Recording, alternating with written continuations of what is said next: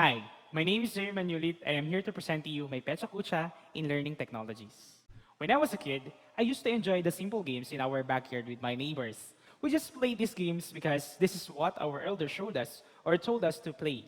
I was in intermediate school at the time and still played a lot of Filipino games. Seeing this picture made me realize how fast time flies. It was just my memory yesterday. Do you see this picture? This is my elementary teacher teaching me how to navigate and use a computer in her class. My teacher gives me an instruction that I had to follow, and then she gives us a quiz if we follow the instructions she gives. How poor me. I always get zero. Sorry, ma'am. I learned how to memorize, not to navigate. And here we go again, after our class, playing with our neighbors. And while playing, I forgot what my teacher had taught me earlier about computer navigation because I play a lot with fun, and it brings us the ultimate experience of being a child in our small society. I'm being competitive in every games that I have played too. To tell you honestly, I even practice how to be a perfect thrower in patintero. Did you see that how my neighbors bring my competitiveness and how I am always motivated to be a winner in every game that I will be in? I still remember that you will becoming a famous in your neighborhood during these days because you are known to be a good player of the game. I get perfect score here, but I do not have competitive score in my computer class. What do you think is the difference between playing around with my neighbors and listening to the instructions of my teacher?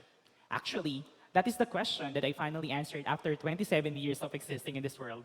Yes, I finally know the difference or finally have an answer to this question that I had when I was sitting in front of the computer with my teacher. Hi, Dad. Thank you for giving this foundation to us. Now we know that we have to trigger the learner's interest, ideas, and motivation by knowing why they need to learn, what we are discussing, what we are instilling to their minds, and how this will be a meaningful for their learning. This will be pure learning that will not only achieve the lessons, objectives, but will also provide the learners with meaningful meaning from what they have learned. This teacher drew entire screen of Microsoft Word document. Some of us may laugh at this picture, but for me, it reflects that the teacher is doing this because he wants to instill the use of computer in his lesson. This will somehow trigger the learner's curiosity about what a computer is all about. That is the only word that we have to remember, curiosity. This word will lead us, the learners, to want to know more about the topic, lesson, or instruction that we want to lead with them. We have to remember also that if we trigger this curiosity in our learners, they will be more independent in finding out solution to what pricks their minds. Why did I say that? It is because, as I said earlier, this is connected to the driving motivation of the learners to learn what a computer is all about. Understanding computers, going back to my high school days, is just mere matter of memorization. Understanding what the function of mouse is, the function of keyboard, etc. As I previously stated, understanding technology is a skill that we must develop for our students. You don't need to memorize the functions of each part of the computer. You must expose the students to this technology, how to use it, and how to understand the consequences of their actions using it, which we call information communication technology. We see that these 21st century people, to be specific, us in this era, are very problematic because of the explosion of information on the internet. We don't want to know about the reals or we don't know how to really sort fake news and facts. We are seeing now that the social media is the basis for facts. I hope you get what I'm trying to say there. We are not prepared. But you cannot blame yourself. I believe that the curriculum and the outcome or product of the curriculum that we have implemented must be prepared for the future situation or future scenario in their lives. I have brought out the word curriculum because I definitely believe that this is where the knowledge that we gain comes from. So, what do we do now? Let's get done with my story. I now have to wear my shoes as an educator.